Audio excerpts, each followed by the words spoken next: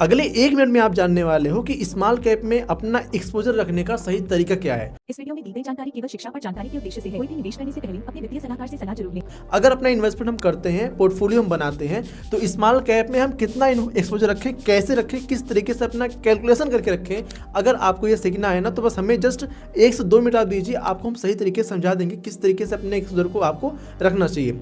दोस्तों, बहुत बार क्या होता है कि जब भी हम इन्वेस्टमेंट करने जाते हैं और हमारे फ्रेंड या फिर कोई हमें इन्वेस्टमेंट करने की बात कहता है और हम उसके हिसाब से अपने रिस्क टॉलरेंस के हिसाब से अपना पोर्टफोलियो बनाते हैं, और वहाँ पर जब स्मॉल कैप रखने की बात आती है, हमारा 10,000 रुपये का इन्वेस्टमेंट करने का हमारा गोल है और इसके SIP हम कर रहे हैं, तो अपना पूरा का पूरा एक्सपोजर कभी कभी तो स्मॉल कैप में बना लेते हैं। क्योंकि हमने ये सुना है मार्केट में, अगर आपको बेहतर रिटर्न बनाना है, अच्छा रिटर्न बनाना है, तो लोग ये कहते हैं कि आप स्मॉल कैप में इन्वेस्टमेंट करके भूल जाओ, ऐसा लोग कहते हैं। लेकिन मैं ऐसा बिल्कुल भी नहीं कहता, मैं आपको रिकमेंड बिल्कुल नहीं कर रहा हूँ। जस्ट यहाँ पर ये एजुकेशन पर्पज़ के लिए समझेंगे कि अगर अपने पोर्टफोलियो को हम बनाते हैं तो किस तरीके से अपने एक्सपोजर को हमें बैलेंस करके रखना चाहिए।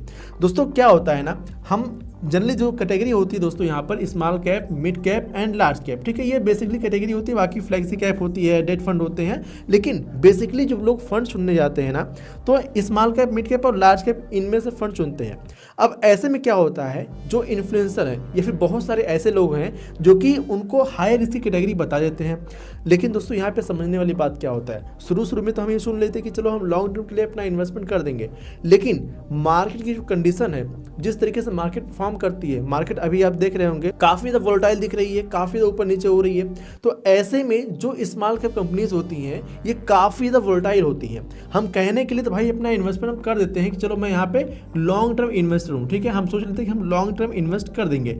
लेकिन जब हमारा पोर्टफोलियो नेगेटिव जाने लगता है तो हमारे अंदर डर बन जाता है और उस समय हम विड्रॉल कर लेते हैं। यहीं पे समझने वाली बात क्या होती है कि जब भी हम अपना इन्वेस्टमेंट करने जा रहे हैं ना, तो हमें अपने पोर्टफोलियो को इस तरीके से बैलेंस करना है कि ना कि हमें हाई रिटर्न देखकर, हमें इस तरीके से बैलेंस करके चलना है कि हमें ना तो बहुत ज़्यादा रिटर्न चाहिए, ना तो हमें कम रिटर्न मिले। हमें इस तरीके से बैलेंसिंग करनी है कि हमें हमारा पोर्टफोलियो एक बेहतर रिटर्न बना के दे पाए, ठीक है।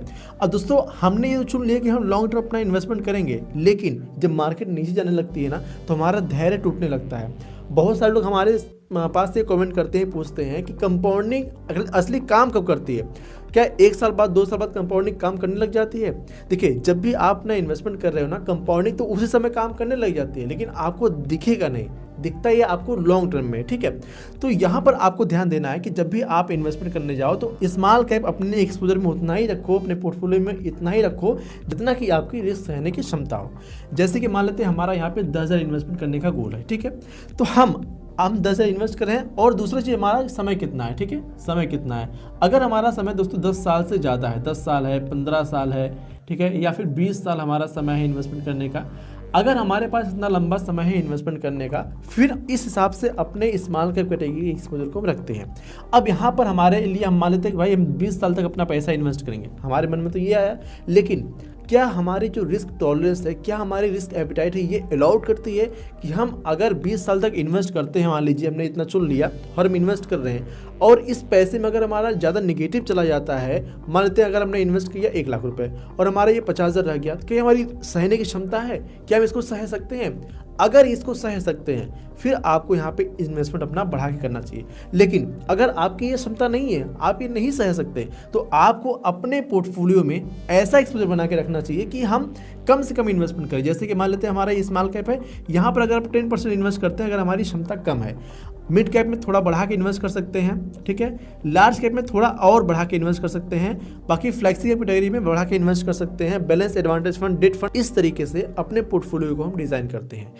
क्योंकि स्मॉल कैप बहुत ही ज़्यादा वोलेटाइल है, हम ये सोच तो लेते हैं कि लॉन्ग टर्म इन्वेस्ट करेंगे, लेकिन हम वो कर नहीं पाते क्योंकि हमारा जो रिस्क टॉलरेंस है, जो हमारा रिस्क एपिटाइट है, ये कुछ और होता है। लेकिन भावनाओं में बहकर हम ऐसे फंड की चुनाव कर लेते हैं जो कि हाई रिस्की होता है, क्योंकि हमें लालच होता है कि हमें रिटर्न यहाँ पे अच्छा मिल जाएगा।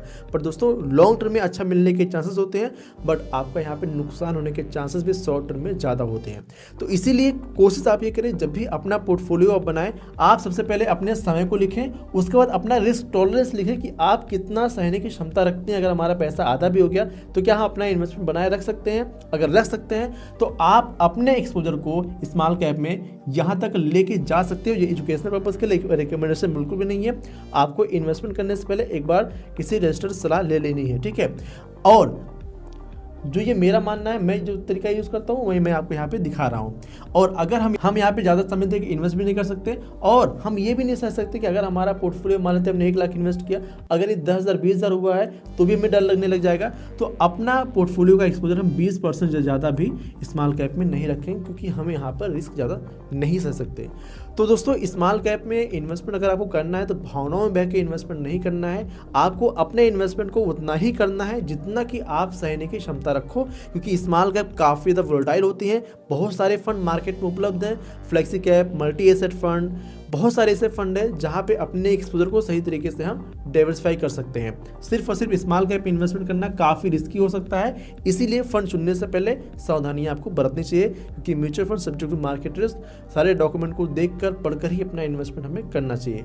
सो आई होप आपको क्लियर हो पाया होगा कि आपको अपने पोर्टफोलियो में स्मॉल कैप का एक्सपोजर कितना बना के रखना सही होता है। अगर कोई कन्फ्यूजन हो हमसे कमेंट बॉक्स में पूछ सकते हैं, हमने लिंक दे रखा है।